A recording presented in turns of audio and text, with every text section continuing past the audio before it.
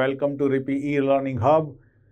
વિદ્યાર્થી મિત્રો, આપણે આ ચેપ્ટરની અંદર બોઇલ, ચાર્લ્સ, ગેલ્યુસેક, પછી આદર્શ વાયુ સમીકરણ, અવસ્થા સમીકરણ અને ગ્રેહામના વાયુ પ્રસરણનો નિયમનો અભ્યાસ કર્યો. મિત્રો, હજુ પણ આપણી થિયરી તો બાકી જ છે, પણ આજે આપણે બોઇલના નિયમ પર આધારિત તેમજ કેટલાક મિક્સ એમસીક્યુનો આપણે અભ્યાસ કરીએ છીએ. તો ચલો શરૂ કરીએ. આજના અભ્યાસની શરૂઆત કરીએ બોઇલના નિયમથી. તમે બધા જાણો છો બોઇલનો નિયમ શું છે વિદ્યાર્થી મિત્રો? તો બે વાયુઓની ઘનતા 1:2 છે. માની લો કે કોઈ વાયુ 1 લઈ લઈએ, એની ઘનતાને D1 કહીએ અને વાયુ 2 ની ઘનતા D2 કહીએ, તો એ 1:2 એટલે 1/2 થયું.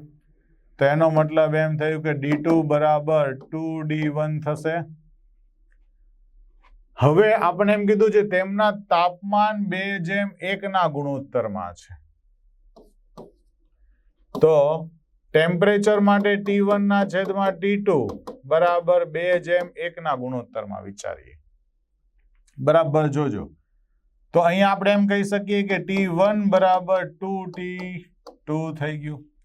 તો આ અને આ એ બંને આપણને પહેલા તો સંબંધ ખ્યાલ આવી ગયો. હવે તમે જુઓ, ચાલો PV બરાબર nRT. તેનો મતલબ એમ થયો કે D બરાબર PM ના છેદમાં RT. આવું સૂત્ર હતું. તો હવે જો D ઇન્ટુ T ના છેદમાં P બરાબર M ના છેદમાં R. આ ભાગ અચળ આવ્યો.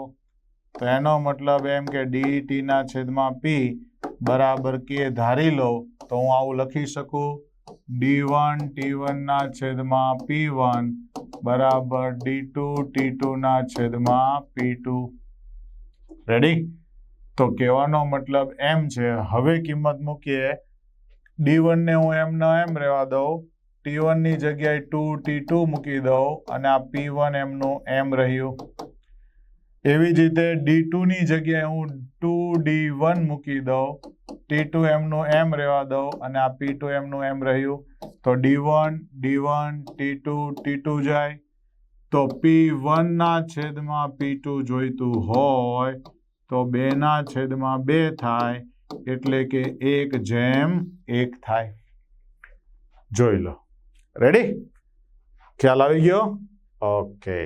તો વિદ્યાર્થી મિત્રો, તમે જોયું એમ 100 સેલ્સિયસ તાપમાને પાણીની ઘનતા કંઈક આપી છે આટલી, અને એ કોની છે? તો કે પ્રવાહી પાણીની ઘનતા. અને આપણને એમ કીધું છે કે બાષ્પની ઘનતા હોય આટલી. રેડી? પાણીની ઘનતા અને બાષ્પની ઘનતા. ઘનતાનું સૂત્ર તમે બધા જાણો છો, દળ ભાગ્યા કદ. તો 1 લીટર, જો સેલ્સિયસ તાપમાને એક વાતાવરણ દબાણે પ્રવાહી ઘનતા આટલી આપી છે, અને આપણને એમ પૂછ્યું છે 1 લીટર વરાળમાં આ જ તાપમાને. સૌથી પહેલા તો 1 લીટર વરાળ જે છે, 1 લીટર વરાળ વિચારીએ તો ઘનતા બરાબર દળના છેદમાં કદ વિચારાય. બરાબર? હવે ઘનતા આપણને આપી દીધી છે, વરાળની ઘનતા આપી છે 0.006 0.0006 ગ્રામ પર સેન્ટીમીટર ક્યુબ છે. બરાબર જોજો. તો આનું મારે દળ શોધવું હોય તો 1 લીટરના સેન્ટીમીટર ક્યુબ કેટલા થાય? તો કે 1 લીટર બરાબર 1000 મિલીલીટર. તો એટલા જ સેન્ટીમીટર ક્યુબ પણ થાય, કેમ કે 1 મિલી બરાબર 1 સેમી ક્યુબ. તો અહીંયા મૂકી શકાય 1000. તો માટે દળ બરાબર મળે 0.6 ગ્રામ થશે. રેડી? આ કેટલું મળ્યું? 6 ગ્રામ મળ્યું. 1 લીટર વરાળનું દળ કેટલું મળ્યું? 6 ગ્રામ. હવે એમ કીધું છે એના અણુઓ દ્વારા રોકાયેલું કદ કેટલું હશે? તો મિત્રો જો ઘનતા પાણીની કેટલી છે? હવે પ્રવાહી પાણી માટે વિચારો. તો કે પ્રવાહી પાણી જે છે એને માટે ઘનતા બરાબર દળના છેદમાં કદ. ઘનતા એની આપી દીધી છે 1. જો આયરી દળ આપણને મળ્યું 0.6, કદ મારે શોધવાનું છે તો આના ઉપરથી મળી જાય કદ બરાબર 0.6 સેન્ટીમીટર ક્યુબ. ક્યાં છે જવાબ આપણો? આયરો. રેડી? ચાલો ફરીથી એકવાર કહી દઈએ, ઘનતા જુઓ. આ સવાલમાં આપણને ગોળ ગોળ ફેરવવાનો ખૂબ પ્રયાસ થયેલો. જો કેવી રીતે, 100 સેલ્સિયસ તાપમાને 1 વાતાવરણના દબાણે પ્રવાહી પાણીની ઘનતા આપી છે 1 ગ્રામ પર સેન્ટીમીટર ક્યુબ. આ આપણને પ્રવાહી પાણી માટે આપ્યું છે. બાષ્પની ઘનતા અહીંયા આપી દીધી કે 0.0006 ગ્રામ પર સેન્ટીમીટર ક્યુબ. અને પાછો સવાલ પૂછો કેવો કે 1 લીટર વરાળમાં એ જ તાપમાને પાણીના અણુ દ્વારા કેટલું કદ રોકાયેલું હશે. તો આપણે સૌથી પહેલું કામ કર્યું, 1 લીટર વરાળ માટે ડેન્સિટી મૂક્યું તો દળના છેદમાં કદ. તો દળ આપણને મળી જાય 0.0006 એટલે કે 0.0006 એની ઘનતા મૂકી દીધી. દળ ભાગ્યા 1 લીટર. જો 1 લીટર માટે મેં આ સંબંધ કર્યો કે 1 લીટર એટલે 1000 મિલી અને 1000 મિલી એટલે 1000 સેન્ટીમીટર નો ઘન. એ મૂક્યું નીચે, આ અહીંયા ગુણાઈ ગયું એટલે 0.6 થઈ ગયું ગ્રામ. હવે મિત્રો મળે પાણીની, પ્રવાહી પાણી માટે તમે વિચારો તો કે ઘનતા બરાબર દળના છેદમાં કદ એટલે ઘનતા આવી ગઈ 1, તો દળ બરાબર 0.6 મૂક્યું, કદ આપણે સૂત્રનો કરતા બને તો મળી ગયું 0.6 સેન્ટીમીટર ક્યુબ. રેડી? ચાલો. નિશ્ચિત જથ્થાના વાયુ માટે અચળ તાપમાને નીચેનામાંથી કયું સાચું હોય? હવે અચળ તાપમાને આપણો પેલો ટ્રાયેંગલ યાદ કરો, પી વી ને ટી. તો અચળ તાપમાન હોય, અચળ તાપમાન, તો બોયલનો નિયમ લાગુ પડે. બોયલના નિયમમાં પી ચલે છે 1/v આવે એટલે કે પી બરાબર કે ઇન્ટુ 1/v આવે. જો હું આ વાય લઉં, આ એમ લઉં, આ એક્સ લઉં તો 0 માંથી પસાર થતી સીધી રેખા મળે એટલે કે પી વિરુદ્ધ 1/v ની રેખા ક્યાં મળશે? સીધી મળશે. આવું કશે લખેલું છે તો જોઈએ. ચાલો જો પી વિરુદ્ધ 1/v ની રેખા સીધી મળે, બોયલનો નિયમ છે. પછી તમને યાદ હોય તો પી વિરુદ્ધ વી કે તો એ આ રીતનો આલેખ હતો. પછી પીવી વિરુદ્ધ પી અથવા વી કે તો એ સીધો આલેખ હતો. આ 3 આલેખ મેં તમને સમજાવ્યા હતા, હું ફરીથી બધા દોરી દીધા. તો હવે વિદ્યાર્થી મિત્રો જો આ વાક્ય મને સેટ થાય. જો પીવી વિરુદ્ધ પી નો આલેખ સીધા રેખા હોય જેનો ઢાળ કેવો હોય? 0. આ રેખાનો ઢાળ કેવો થાય? 0. જો ત્રાસી હોય તો કંઈક થીટા બને. આ તો એક્સ અક્ષને સમાંતર થઈ ને, એટલે એનો ઢાળ કેવો બનશે? 0 હોય છે. જો આ ન ચાલે, પીવી વિરુદ્ધ પી નો ગ્રાફ રેખીય હોય અને તેનો ઢાળ ધન હોય, એ ના ચાલે. કેમ કે ઢાળ હંમેશા સુરેખ રેખા હોય ને, એક્સ અક્ષ વાળી, એનો ઢાળ હંમેશા કેવો બને? 0 બને. ઓકે. બરફ, પાણી અને વરાળ એ બધા જ આપણને ક્યારે જોવા મળશે? બરફ, પાણી અને વરાળ. તો એનો મતલબ એમ થયો કે તમે કોઈ પણ ટેમ્પરેચર અને પ્રેશરે જાઓ તો તમને બરફ પણ જોવા મળશે, પાણી પણ જોવા મળશે અને દબાણ પણ જોવા મળશે. એવું કયો ઓપ્શન્સ ચાલે? બધા તાપમાને મળે, બધા દબાણે મળે, બધા તાપમાન અને દબાણે મળે કે પછી ત્રિબિંદુએ મળે? 3 વસ્તુ જ્યારે અસ્તિત્વ ધરાવતી હોય ને એવું એક જ પોઈન્ટ છે અને એ છે કયું છે? ત્રિબિંદુ. તમે યાદ કરો કે એવું કોઈ બિંદુ કે જ્યાંથી તમને સોલિડ સેક્શન પણ જોવા મળે, લિક્વિડ પણ જોવા મળે અને ગેસ પણ જોવા મળે, તો એવું જે સહઅસ્તિત્વ ધરાવતું હોય એને આપણે ટ્રિપલ પોઈન્ટ કીધેલું. યાદ આવતું હોય તો આ જ એવું બિંદુ છે કે જ્યાં તમને બધું જ જોવા મળતું હોય છે. એનો મતલબ એમ થયો કે આપણને બરફ, પાણી અને વરાળ સહઅસ્તિત્વ ધરાવતું એટલે કે એક જ સાથે જોવા મળતું હોય એવું કયું હોય છે? તો કે ત્રિબિંદુ હોય છે. પાણીનું ત્રિબિંદુ કયું મિત્રો? તમે થિયરિટિકલ પોર્શનને યાદ કરો. પાણીનું ત્રિબિંદુ કયું છે? તો મિત્રો એ 0.01 સેલ્સિયસ જેવું હતું. એટલે એનો મતલબ એમ થયો કે 273 કેલ્વિન તાપમાન છે. રેડી? ચાલો નેક્સ્ટ વાત કરીએ. નીચેનામાંથી કયો ગ્રાફ સાચો નથી? તો તમે જુઓ, V વિરુદ્ધ P છે, P વિરુદ્ધ T છે, V વિરુદ્ધ T છે અને PV વિરુદ્ધ T છે. તમે યાદ કરો ને તો PV વિરુદ્ધ T નો આલેખ જે છે એ હંમેશા સુરેખ રેખા આવે, એટલે કે x અક્ષને સમાંતર રેખા આવે. એનો મતલબ એમ કે આ આલેખ જે છે એ સાચો નથી. એટલે આપણો જવાબ આવશે કયો? દિલ્હી. કેમ? તો કે V વિરુદ્ધ T નો આલેખ જે છે V ચલે છે T બરાબર થાય, તો આના ઉપરથી તમે આવું કહી શકો કે V બરાબર KT, તો y mx પ્લસ 0, મતલબ કે સુરેખ રેખાનો આલેખ છે અને 0 માંથી પસાર થતી રેખા છે, તો આ છે જો, તેનો મતલબ આ આલેખ સાચો છે.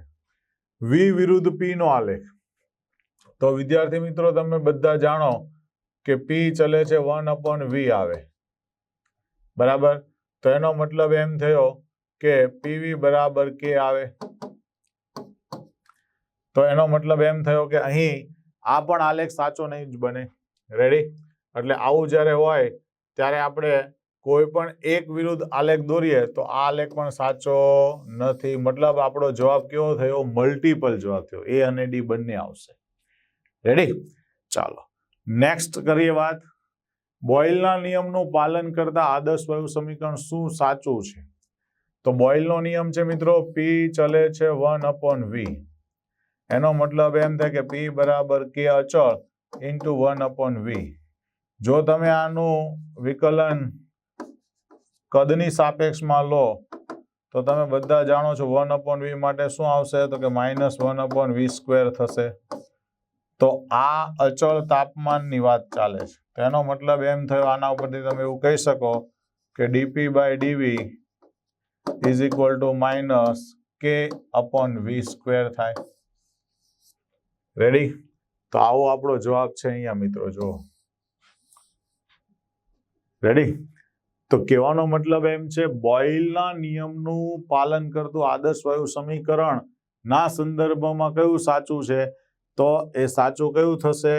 તો કે PV ઇક્વલ ટુ nRT પરથી મેં ખાલી બોયલના નિયમ લઈ લીધો, એટલે તમે એનો સંદર્ભ આવી રીતે સાચવી શકો છો. ઓકે, ચાલો નેક્સ્ટ વાત કરીએ. એવું તાપમાન કે જ્યારે વાસ્તવિક વાયુ દબાણની વિશાળ મર્યાદામાં આદર્શ વાયુના નિયમનું પાલન કરતું હોય. જે તાપમાને મિત્રો કોઈ પણ વાયુ એ બોયલના નિયમને અનુસરતું હોય, આદર્શ વાયુ સમીકરણોને અનુસરતું હોય, એવા ટેમ્પરેચરને બોઇલ ટેમ્પરેચર કહેવાય. શું કહેવામાં આવે? Boil temperature. બોઇલ્સ તાપમાન હોય ને TB વડે દર્શાવાય. કોના વડે દર્શાવાય? TB. આ એવું તાપમાન છે કે જ્યારે કોઈ પણ વાયુ P1 V1 બરાબર P2 V2 નો પાલન કરે. તેમજ આ એવું તાપમાન છે કે જ્યારે વાયુ આદર્શ વાયુ તરીકે વર્તે, એટલે કે PV ઇક્વલ ટુ nRT નું પણ પાલન કરે. મતલબ કે એવું તાપમાન કે જ્યારે કોઈ પણ વાસ્તવિક વાયુ એ વિશાળ મર્યાદામાં, એટલે કે દબાણ ગમે એટલું વધઘટ થાય, પરંતુ આદર્શ વાયુના નિયમોનું પાલન કરતું હોય, તો એ કયું છે? તો કે બોયલ્સ તાપમાન. વિદ્યાર્થી મિત્રો, બોયલ્સ ટેમ્પરેચરનું એક બીજું સૂત્ર પણ છે, A/RB. આને પણ બોયલ્સ ટેમ્પરેચર જ કહેવાય. આ સૂત્રો તમે બરાબર યાદ રાખજો. A અને B એ વાન ડર વાલ્સ અચળાંક છે, જેની વેલ્યુ આપણને રકમમાંથી મળી જાય, અને R એટલે વાયુ અચળાંક છે. જો આ બંને આપણને આવડતા હોય રકમમાંથી, તો તમને આ બોયલ્સ ટેમ્પરેચર પણ આવડી જશે.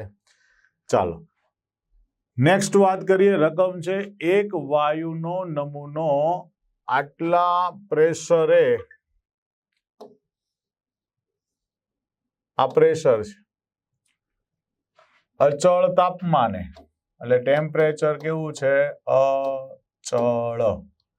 95 સેન્ટીમીટર ઘન કદ ધરાવે, મતલબ 95 મિલી. તે જ તાપમાને આ પ્રેશર જો કરવામાં આવે, તો હવે આને P1 કહું તો આ આપણું થઈ જશે P2.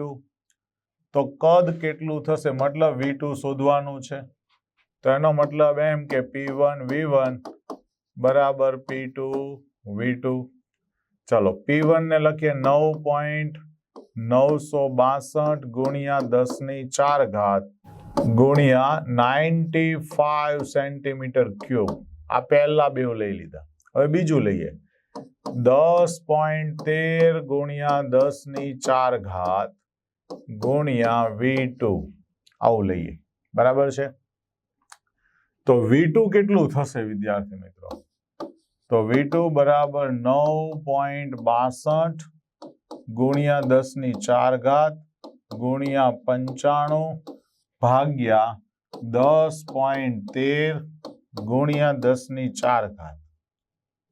તો વિદ્યાર્થી મિત્રો આ બંને ગયા. જો એક શોર્ટકટ રીત વાપરીએ. આને તમે 10 લઈ લો, આને 10 લઈ લો, તો આ બંને નિયરેસ્ટ ટુ છે, ઉડી ગયું. તો આ નિયરેસ્ટ ટુ 1 આવે, પણ 1 કરતા થોડોક જવાબ નાનો રહેવાનો, એટલે <95 આવશે. <95 નજીકનું કયું છે? તો કે બોમ્બે. એટલે આપણો જવાબ બસે બોમ્બે. ઓકે, ખબર પડી? આપણે જો અહીં એકદમ નાના નાના આંકડાને જ લીધેલા છે. ઓકે, ચાલો નેક્સ્ટ વાત કરીએ. 1.2 લીટર કદનું એક પાત્ર છે, જેમાં 1000 ટોર દબાણ એક વાયુ છે. જો આ તમને V1 આપ્યું છે અને આ તમને P1 આપ્યું છે. 3.8 લીટર કદનું બીજું પાત્ર છે, એટલે આ V2 આપ્યું છે. 500 બાર દબાણે તેજ વાયુ ધરાવે છે, એટલે એનો મતલબ આ P2 આપ્યું છે.